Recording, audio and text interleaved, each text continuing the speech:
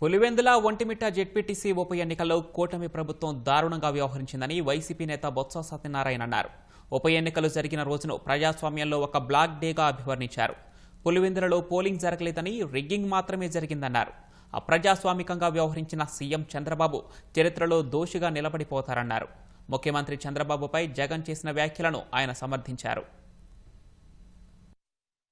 12వ తారీఖు నాడు రాష్ట్రంలో ప్రజాస్వామ్యం బ్లాక్ డే అండి. 2 సంవత్సరాల రాజకీయంలో ఎప్పుడు అలాంటి ప్రక్రియలు ఎప్పుడు చూడలే. ఇంత దౌర్జన్యమైన, ఇంత పూర్తిమైన అరాచకమైన పరిస్థితులు ఎప్పుడు చూడలే. చరిత్రలో మిగిలిపోతారు మీరు ఈ కార్యక్రమం వల్ల.